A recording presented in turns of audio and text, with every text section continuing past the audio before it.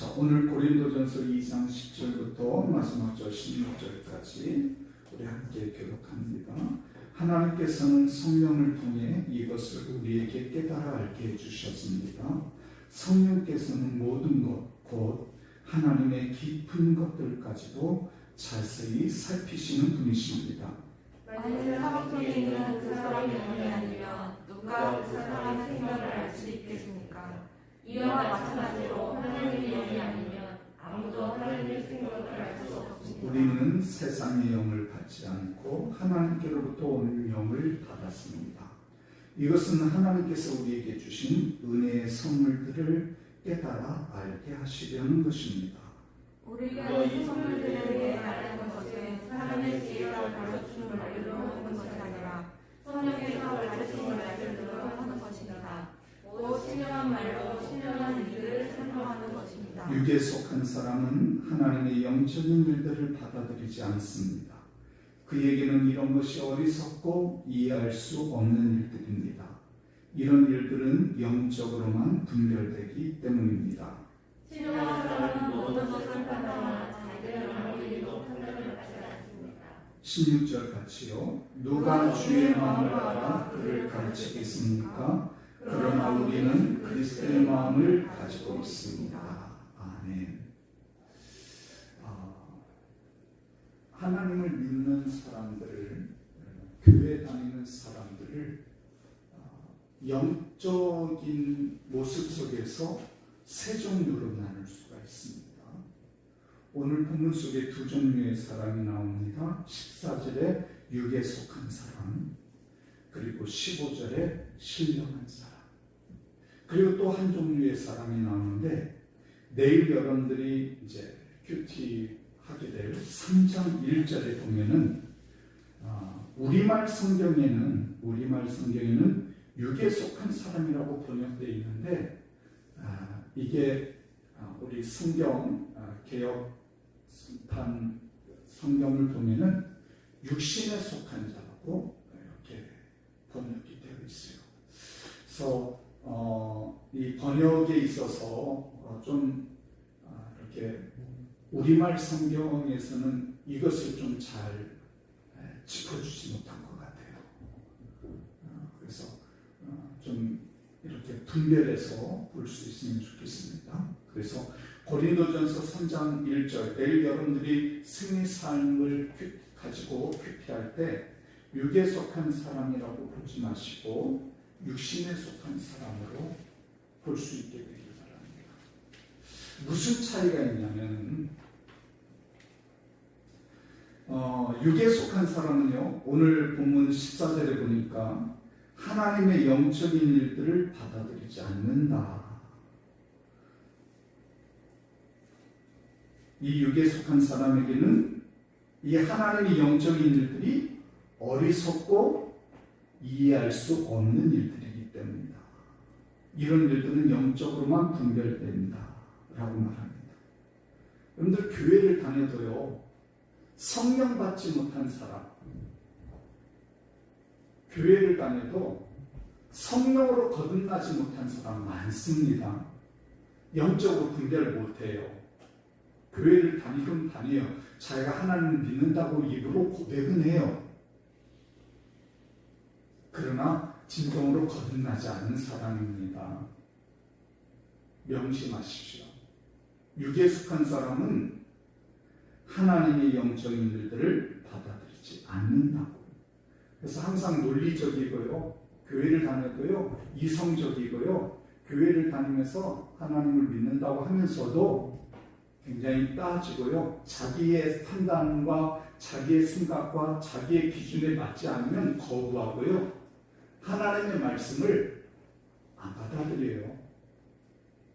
그러니까 자기 도취에 빠져서 신앙생활하는 사람, 어떤 면에서 보면 종교적인 사람입니다.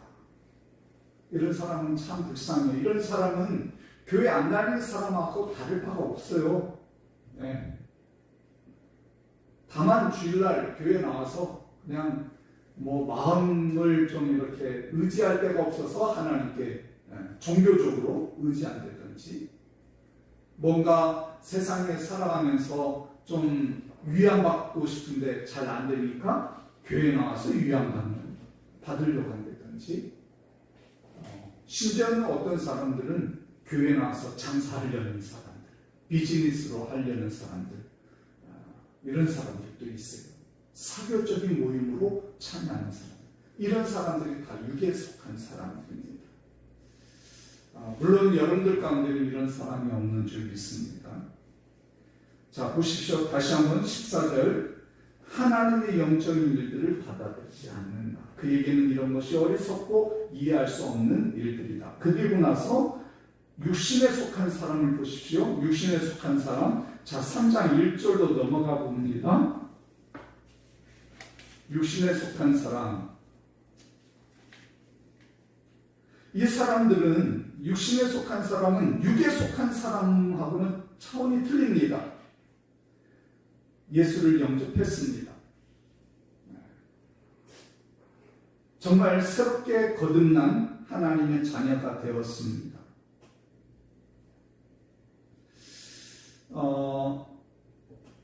어떻게 보면 성령으로 거듭난 사람이라고도 할 수 있습니다. 그런데 문제는 뭐가 있냐면, 보십시오. 1절. 내가 여러분 형제들아, 내가 신령한 자들을 대함같이 너희에게 말할 수 없어서 육신에 속한 자, 곧 그리스도 안에서 어떤 사람처럼 어린아이들을 대함같이 한다. 자라나지 못해요. 성장이 없어요. 성숙이 없어요. 은혜는 체험했어요. 구원은 받았어요. 정말 예수 믿는 사람이라고 말할 수는 있는데 어린아이야. 정말 철부지 없는 이런 사람들이 너무나 많아요. 이런 사람들은 말씀도 안 읽어요. 읽어야지 하면서도 잘 안 돼요. 기도도 잘 안 돼요. 기도해야지 하면서도 하다가도 금방 중단하고. 2절에 보면은 고린도전서 3장 2절 봅시오. 나는 여러분에게 저주로 먹이고 단단한 음식으로는 먹이지 않았습니다. 왜? 감당할 수 없었기 때문입니다. 그럼요. 좀 이렇게 소화를 못할 때, 밥을 제대로 못 먹을 때 어떻게 합니까? 죽을 먹잖아요. 그것처럼 단단한 음식을 먹을 수가 없는, 그러니까 말씀을 봐도 자기한테 좀 부담이 되고 좀 뭡니까? 자기의 어떤 부족함을 막 지적하는 그런 말씀들 잘 못 받아들이죠. 이런 사람들. 그저 하나님은 사랑이십니다. 하나님은 은혜로우십니다. 하나님은 자비하신 분입니다. 긍휼이 많으신 분입니다. 이런 말씀들만 듣기 좋아하죠. 그래서 전에 사모님이 그런 얘기를 한 적이 있어요. 큐티 이 카톡방에다가 하나님이 함께 하십니다. 하나님께서 여러분들 도와주실 것입니다. 하나님께서 여러분들 축복하십니다. 막 그런 어떤 축복, 은혜, 이런 그 큐티를 딱 올리면요. 아멘, 아멘, 아멘, 아멘, 아멘, 아멘 소리 막 쭉 달리든 답장이 뜬다는 거예요. 그런데 깨어있어 기도하십시오. 헌신해야 합니다. 충성해야 합니다. 뭐 막 좀 신앙생활에 있어서 좀 부담되어지는 이야기를 큐티를 딱 올리면은 아멘이 하나도 없다는 그런 이야기를 한 적이 기억이 나요. 여러분들은 안 들었습니까? 이런 사람들, 육신에 속한 사람. 그래서 이 고린도서 3장 내일 읽을 때 생의 삶, 육에 속한 사람이라는 거를 이걸 다 좀 수정하세요. 육신에 속한 1절, 2절, 3절 계속 나오고 있어요. 3절에도 보면은 여러분은 여전히 육에 속한 사람들입니다. 왜? 여러분 가운데 시기와 다툼이 있으니, 지금 어떤 시기와 다툼이 있어요? 나는 개바파다, 나는 아볼로파다, 나는 바울파다, 나는 그리스파다, 이렇게 막 서로 분쟁 가운데 있잖아요. 그래서 4절에 말하잖아요. 나는 바울파다, 나는 아볼로파다 한다면 여러분은 육에 속한 사람들이 아닙니까? 이게 육신에 속한 사람들이 아닙니까? 라는 말이에요. 그래서 내일 여러분들이 큐티할 때 좀 참고하시고요. 자, 그래서 교회 안에는 육에 속한 사람이 있고 육신에 속한 사람이 있습니다. 그리고 나서 세 번째 15절 말씀, 신령한 사람이 있습니다. 성령으로 제대로 거듭난 사람. 육신에 속한 사람은 성령으로 거듭난 사람일 수도 있고 성령으로 거듭나지 않을 수도 있어요. 그러나 신령한 사람은 확실하게 성령으로 거듭났고 성령 충만하고 성령의 인도함을 받고 성령이 내주하심에 따라 성령으로 더불어 살아가는 사람입니다. 아멘 하거나 말거나.